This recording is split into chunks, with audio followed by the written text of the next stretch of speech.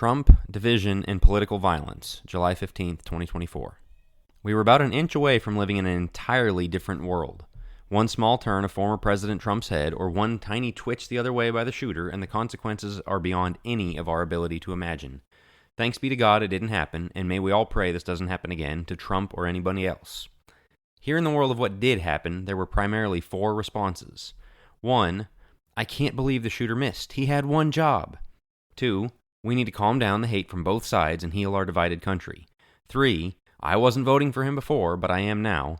4. Don't be surprised, the Dems and the media have wanted this for years. We can write off the first group as truly evil people. The fourth group can feel vindicated, small comfort though that may be. I mainly want to talk to the second group, with the hope that some of this also further helps the third group continue down their current path. First of all, this is not just a Trump issue. Yes, Group 1 hates him most because he's the figurehead. Yes, they call him Hitler, but they hate anybody who agrees with him even slightly. They called milquetoast moderates like Mitt Romney Hitler before Trump even entered the fray. Go back and read the vitriol dripping off the page on all the Rush Limbaugh obituaries. Go back and look at what people wanted to do to people who didn't want to wear masks or get shots. Look at how they talk about Christians, homeschoolers, non-feminists, anti-LGBT bigots, etc. They hate you. Trump didn't divide us, he just pulled back the curtain on how much the ground had already split beneath our feet. Our country is an abusive relationship in which one side controls the news media, the universities, and the unelected bureaucracy, ensuring that your interests are never protected. The minute someone points that out, those in power call him divisive. In classic abuser technique, they will make extreme accusations and insinuations, and even resort to violence, and when you have a problem with it, they ask why you don't want to be unified. If they had taken him out, do you really think all the people who drummed up the rhetoric for it and all the people who cheered it on were ready to be cool with you once again? Second, if you're still both sidesing the political conflict at this point, it's time to wake up. All the billions of gallons of digital ink spilled performing moral equivocation just got obliterated, and yet still many took to social media while the blood was still wet on Trump's ear to say, the hateful rhetoric from both sides needs to stop. This is the favorite tactic of preachers who don't want to get their hands dirty, pick a side, and possibly alienate contributing members. John Piper famously wrote before the 2020 election that Biden is a gigantic abortion proponent and Trump is prideful, so Christians should avoid both. Very cool, Mr. Ivory Tower, but one of them was going to be president, and if you don't think the bad guy with some good policies is better than the bad guy with all bad policies, you're not living in reality. Again, it's the abusive relationship. We shot bullets, he has mean tweets. I guess we all need to change. Trump is a deeply flawed individual, the GOP is a deeply flawed party, and the conservative right is a deeply flawed movement. January 6th, while overblown and ultimately nonviolent, was incredibly dumb. Showing up with the mock guillotine was wrong. But when one side just made their fourth assassination attempt in 7 years, an honest person doesn't say, both sides did this. Third, unity is an admirable goal for another day. We should all pray for and work toward unity, but we have to realize a lot of difficult work has to be done before we can even talk about uniting. You cannot be united with the kind of people who are cheering on a near assassination. That is the fault of Group 1, not Group 4. Group 2 is the biggest problem because rather than standing against Group 1, they equivocate and scold Group 4 for not getting along with Group 1.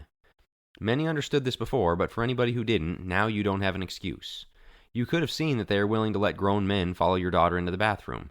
You could have seen that some of them advocated internment camps, prisons, fines, and travel bans for people who had the gall to say they didn't want to take an experimental medical treatment.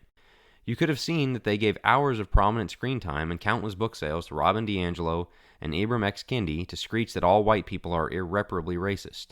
You could have seen that they instituted gay marriage against the will of the people, and then used your tax money to light the White House up in rainbow colors to shove their victory in your face. But if none of that showed you where things stand, hopefully the bullet did. Your Christian duty. A lot of people live under the illusion that if everybody was as nice as they're supposed to be, the division would go away. Many Christians especially assume that if we silence ourselves, step aside, and let it all play out, the division will be healed and people will come flocking to us because of how nice we are. That's not going to happen. There is no agree to disagree unity to be had here. We cannot be united with evil. There are two radically different ideologies, and despite what pluralism told you, they can't coexist. Somebody's ideology is going to win, and history tells us that if theirs does, things could get very grim very fast. We have truth, it's time to use it. To that statement, I can already hear some Christians wringing their hands, to which I would point back to equivocation. Being more concerned with people like me pointing out evil than you are with people like them actively promoting evil is the kind of habit a lot of people need to break. The Bible tells you to love your enemies and bless those who curse you, Matthew 5:44. It does not tell you that you don't have any enemies. The Bible tells you to love your neighbor as yourself, Matthew 22:39. It's time we start looking at our neighbors as our neighbors and our enemies as our enemies. Both are to be loved, but the way we act toward them in these situations is quite different. Similarly, we are commanded, if it is possible, as much depends on you, live peaceably with all men, Romans 12:18. I'm telling you, the division in this country does not depend on you. Do your part as far as it depends on you, absolutely. But people who want their political opponents killed have taken that decision out of your hands. Pietistic religion tells you to pretend that's not the reality. Jesus never asked us to bury our heads in the sand and stop living in the real world. A lot of people want to be harmless as doves and think that means we're not allowed to be wise as serpents, Matthew 10:16. Be realistic. Take evangelistic opportunities as they arise, but remember that evangelism isn't everything. Protecting your family is good. Advocating for your neighbor's quality of life is good. Supporting government that stops evil is good. We should be hoping for and working toward each of these things. Now what? The assassination attempt revealed just how close we are to our situation taking a truly dark turn. What can you and I do? Pray, first of all, for Donald Trump, for Joe Biden, for all in authority, and for the country. Pray exactly what 1 Timothy 2 tells you to pray. Pray that further violence is averted, and pray that those who would create more are put down hard. Abandon equivocation. Downplaying Trump's many sins is not something any Christian needs to do, but when the teams in the playing field have been so clearly demonstrated, there's nothing holy about pretending not to see what's really there. There is true evil out there, and it wants to eradicate me and you. Acknowledging that isn't a sin. Pursue unity where possible. Again, sometimes it does not depend on you, but a lot of this division is in places where we should be able to get along, like in the family and in the church. Speak the truth and speak it lovingly. If you do that and it drives people away, it wasn't your fault. If we can only have unity so long as one side keeps their mouth shut, it's not going to last very long. Love your neighbors. Start with kids and other family members first, then your church family, then your friends and immediate community. Start building true connection because there's truly no telling where things are headed. Looking out for the people closest to you and doing what you can to create a safe haven from a dark world is one of your biggest ways to make a difference. It might even be your best way to reach lost people who are looking for answers in all of this. The stakes just got raised. The time for convenient half-truths and staying above it all just ended. It's time to acknowledge what's really going on.